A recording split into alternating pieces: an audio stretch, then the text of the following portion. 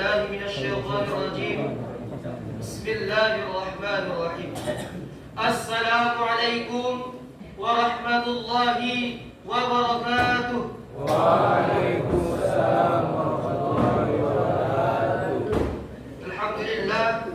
الحمد لله رب العالمين، والصلاة والسلام على أشرف الأنبياء والمرسلين وعلى آله وصحبه أجمعين. أما بعد، قال الله تعالى في القرآن الكريم: أعوذ بالله من الشيطان الرجيم. بسم الله الرحمن الرحيم.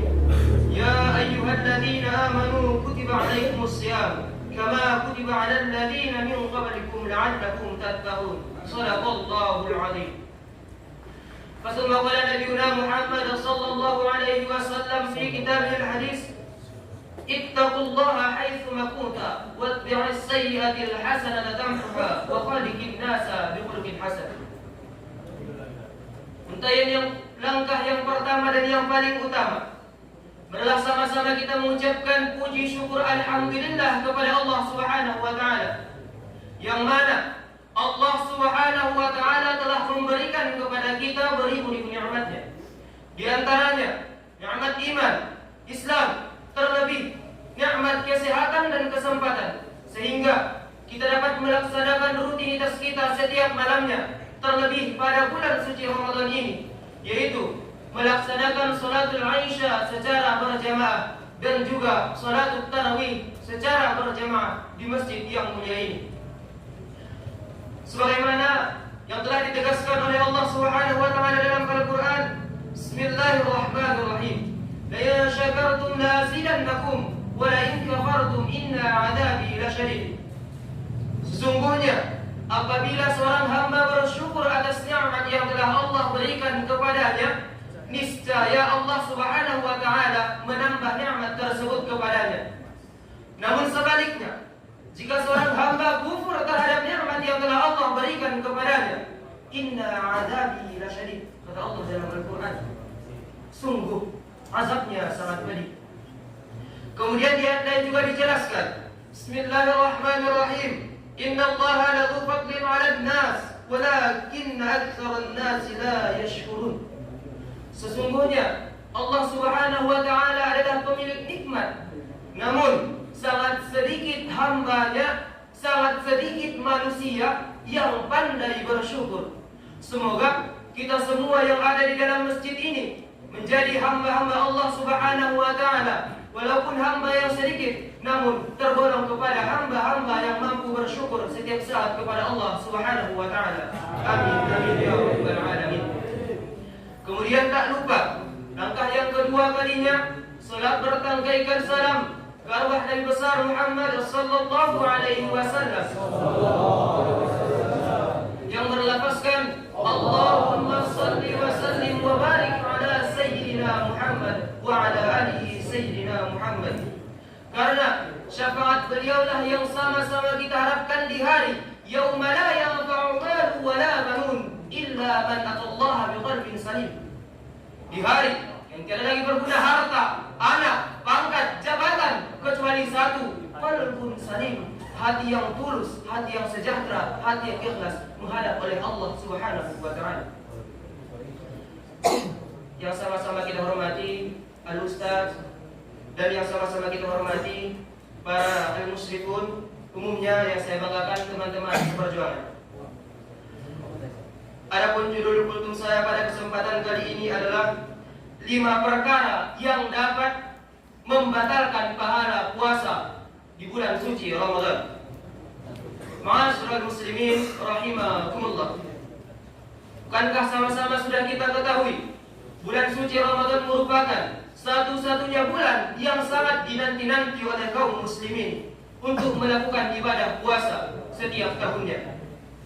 Pada bulan suci Ramadan ini banyak sekali kemuliaan-kemuliaan, banyak sekali faedah-faedah yang terjadi ataupun kejadian yang terjadi pada bulan suci Ramadan ini. Salah satunya adalah pada bulan suci Ramadan ini diturunkannya Al-Quran. Bismillahirrahmanirrahim. Syahrul Ramadan alladzi unzila fihi al-Quran hudan lin-nas wa bayyinatin minal huda wal furqan. Kemudian yang kedua adalah malam Lailatul Qadar terjadi pada bulan suci Ramadan. Sudahkah sama-sama kita ketahui bulan suci Ramadan, sama-sama kita ketahui bahwasanya malam Lailatul Qadar merupakan satu-satunya malam yang lebih baik daripada 1000 bulan. Kemudian yang ketiga adalah dilipat gandakan segala amal ibadah kita kepada Allah Subhanahu wa taala. Bukan ketiga-tiga itu saja. Kemukjizatan yang terjadi pada bulan suci Ramadan masih banyak lagi. Itu adalah 3 poin penting pada bulan suci Ramadan ini. Kemudian pada bulan suci Ramadan nilai pahala puasa tidaklah terbatas.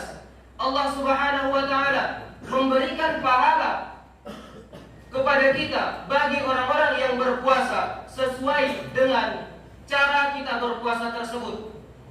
Sebagaimana yang telah dijelaskan kemarin dalam kitab Ihya Ulumuddin karya Imam Al-Ghazali, dijelaskan ada 3 tingkatan orang yang berpuasa. Yang pertama ada shaumul awam, yang kedua ada shaumul khawas, dan yang ketiga adalah shaumul khawasul khawas. Semoga kita tergolong kepada golongan yang ketiga. Kemudian dalam hadis qudsi Rasulullah SAW bersabda, setiap amalan kebaikan yang dilakukan oleh manusia akan dilipat gandakan dengan 10 kebaikan yang semisal hingga 700 kali lipat. Kemudian Allah Subhanahu wa taala berfirman dalam hadis qudsi, kecuali amalan puasa. Amalan puasa tersebut adalah untukku. Aku sendiri yang akan membalasnya di hari kiamat kelak. Disebabkan karena seorang hamba yang telah meninggalkan syahwat dan makanan untukku. Hadis riwayat Bukhari dan Muslim. Meskipun sudah sama-sama kita ketahui bahwasanya bulan suci Ramadan memiliki banyak sekali pahala di dalamnya, ataupun puasa yang kita kerjakan, hanya Allah Subhanahu wa taala yang mampu untuk mengetahuinya, dan tidak ada seorang hamba pun atau seorang makhluk pun yang mengetahui akan pahala tersebut. Namun Rasulullah SAW mewanti-wanti umatnya agar tidak salah jalan, mengerjakan maksiat, namun berefek samping pada pahala yang akan dia peroleh. Sebagaimana hadis Rasulullah SAW, betapa banyak orang yang berpuasa namun ia tidak mendapatkan pahala dari puasanya kecuali 2 hal, yaitu rasa lapar dan dahaga. Maka kita harus berpikir apakah hal-hal yang dapat membatalkan ataupun menghilangkan pahala puasa tersebut. Dalam hadis Rasulullah SAW bersabda, "An Anas radhiyallahu anhu qala, qala Rasulullah sallallahu alaihi wasallam, khamsatu asya' tahbitu shaum, al-kadhib wal ghibah wan namimah wal yaminul ghamush wan nadhur bisyahawat." Yang pertama adalah berkata dusta. Berkata dusta adalah menyampaikan sesuatu yang berlainan dengan kenyataan. Jika terlihat dalam hal perbuatan, orang yang berdusta juga berperilaku tidak sesuai dengan apa yang ia katakan.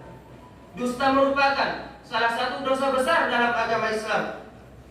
Jika seseorang sudah berdusta sekali, maka yang kedua kalinya akan terulang. Kenapa? Karena ia akan menutupi dustanya, kebohongannya yang pertama, sehingga timbul kebohongan yang kedua. Karena itu, jika orang yang berdusta selama ia berpuasa, maka ibadahnya tidak bernilai apa-apa di mata Allah Subhanahu wa taala kecuali lapar dan haus saja. Sebagaimana yang dijelaskan oleh Rasulullah SAW, barang siapa yang tidak meninggalkan perkataan dusta, maka Allah Subhanahu wa taala tidak butuh rasa lapar dan haus yang dia tahan. Rasa lapar, rasa haus yang ia tahan selama seharian tidak ada apa-apanya di hadapan Allah Subhanahu wa taala apabila seorang hamba tersebut berdusta ataupun berbohong. Kemudian yang kedua adalah wal ghibah. Ghibah, gosip ataupun menceritakan keburukan orang lain. Ghibah tidak termasuk ke dalam kata-kata dusta, tetapi menceritakan keburukan orang lain termasuk kepada perilaku tercela dalam ajaran agama Islam. Seperti yang terdapat dalam Quran surah Al-Hujurat ayat 11. Bismillahirrahmanirrahim. Ya ayyuhalladzina amanu la yaskhar qaumun min qaumin asa an yakunu khairan. Sekira-kira artinya, wahai orang-orang yang beriman, janganlah suatu kaum mengolok-olok kaum yang lain. Boleh jadi mereka yang memperolok-olok kaum lebih baik daripada mereka yang mengolok-olok. Bukankah sama-sama sudah kita ketahui, yang terjadi akhir-akhir ini di sekeliling kita adalah kita terlalu sibuk mencari kesalahan-kesalahan orang lain, namun kita lupakan kesalahan kita sendiri. Seperti peribahasa mengatakan, gajah di pelupuk mata tak terlihat, namun semut di seberang sana tampak jelas. Yang artinya apa? Kita mempunyai aib yang lebih besar daripada saudara kita sendiri. Namun yang kita lihat apa? Aib saudara kita yang kecil selalu kita besar-besarkan. Bukankah di saat kita menjaga aib saudara kita sendiri, Allah Subhanahu wa Ta'ala akan menjaga aib kita juga? Ma'asyiral muslimin rahimakumullah. Kemudian dalam Quran surah Al-Hujurat ayat 12 dijelaskan juga, Bismillahirrahmanirrahim. Ya ayyuhalladzina amanu ijtanibu katsiran minadh-dhanni inna ba'dadh-dhanni ithmun wa la tajassasu wa la yaghtab ba'dukum ba'dhan. Ayuhibbu ahadukum an ya'kula lahma akhihi maytan fakarihtumuh wattaqullah innallaha tawwabur rahim. Yang sekira-kira artinya, wahai orang-orang yang beriman, jauhilah banyak dari berprasangka. Sesungguhnya sebagian prasangka itu adalah dosa, dan janganlah kamu mencari kesalahan-kesalahan orang lain, dan janganlah ada di antara kamu yang menggunjing sebagian yang lain. Apakah ada di antara kamu yang suka memakan daging saudaranya yang sudah mati? Tentu saja merasa jijik. Tentu kamu merasa jijik. Dan bertakwalah kepada Allah. Sesungguhnya Allah Maha Penerima Taubat. Dari ayat di atas dapat disimpulkan, seorang yang suka menceritakan aib dari saudaranya sendiri, sama halnya ia memakan bangkai dari saudaranya tersebut yang telah mati.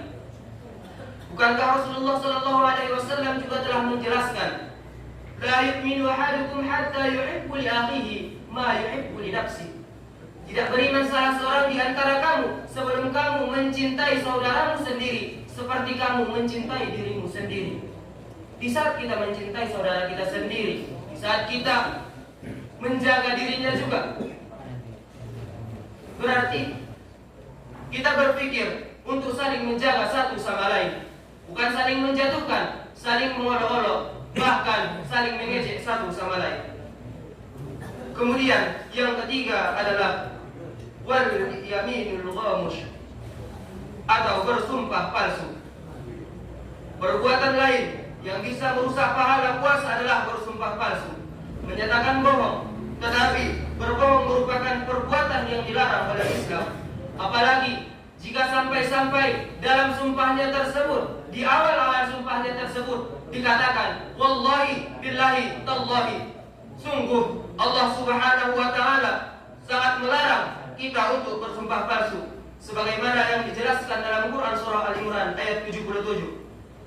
Yang sekira-kira artinya, sesungguhnya orang yang menukar janjinya dengan Allah dan sumpah-sumpah mereka dengan harga yang sedikit, mereka itu tidak mendapatkan bagian pahala di akhirat. Dan Allah tidak akan berkata-kata kepada mereka, dan tidak akan melihat kepada mereka pada hari kiamat, dan tidak pula akan mensucikan mereka bagi mereka azab yang sangat pedih. Berarti Allah Subhanahu wa Ta'ala akan menelantarkan kita nanti di akhirat, yaitu orang-orang yang suka bersumpah palsu. Kemudian yang keempat adalah wan namimah. Namimah, adu domba atau orang yang gemar memfitnah. Dia mencari kambing hitam dari sebuah permasalahan. Terkadang kita terlalu egois, memikirkan pikiran kita sendiri, karena belum tentu apa yang ada dalam pikiran kita itu bisa menjadi yang terbaik kepada orang lain. Sebab adapun permasalahan yang menyebabkan terjadinya adu domba atau fitnah adalah kebencian. Dia merasa tersaingi oleh orang lain. Adu domba dapat berupa tidak senang melihat orang lain rukun, tenang, tentram, dan bahkan dia tidak suka melihat orang lain mendapatkan suatu jabatan ataupun sebuah penghargaan. Lalu menyebarkan fitnah untuk merusaknya. Jangankan pahala puasa, Islam juga mengancam orang-orang yang melakukan perbuatan adu domba ataupun yang gemar memfitnah akan dibalas di akhirat. Sebagaimana Rasulullah SAW bersabda yang sekira-kira artinya, pelaku adu domba tidak akan masuk surga. Hadis riwayat Muslim. Kemudian yang terakhir adalah tidak menjaga mata dari syahwat. Sebagaimana yang disebutkan di atas, puasa bukan hanya sekedar menahan diri dari yang namanya makan dan minum, tetapi menjaga diri dari hawa nafsu juga. Karena itulah, orang yang mengumbar syahwatnya ketika berpuasa, pahala puasanya akan gugur, sehingga yang tersisa dalam dirinya hanya lapar dan haus saja. Apa gunanya kita capek-capek berpuasa? Yang kita dapatkan hanya menghilangkan kewajiban kita sebagai umat muslim, dan kita hanya mendapatkan kehausan, kelaparan sepanjang hari. Namun pahala yang begitu besar yang tidak dapat ternilai di mata kita terlepas sia-sia. Jadi, adapun kesimpulan dari pidato saya ini ataupun kultum saya ini adalah, marilah kita sama-sama menghindari berbagai perilaku dan sifat-sifat tercela. Terlebih 5 yang dapat membatalkan pahala puasa di bulan suci Ramadan, yaitu berkata dusta, menggibah ataupun memfitnah, mengadu domba, bersumpah palsu, dan tidak menjaga mata dari syahwat. Kita semua di sini adalah orang baik, tapi orang yang baik di antara kita adalah orang yang mendengar lalu mengerjakannya. Laisal fata may yaqulu hadza abi, walakinnal fata may yaqulu hadza ana. Jangan katakan ini adalah ayahku, tapi katakan ini adalah saya. Unzur maqala wa la tanzur maqala. Lihat apa yang dikatakan, namun jangan lihat siapa yang mengatakan. Mungkin cukup sekian yang dapat saya sampaikan. Di saat ada kesalahan dan kekhilafan, saya mohon maaf karena semuanya berasal dari saya. Dan jika ada kebenaran yang dapat saya sampaikan, semua itu berasal dari Allah Subhanahu wa taala. Akhirul kalam, assalamualaikum warahmatullahi wabarakatuh.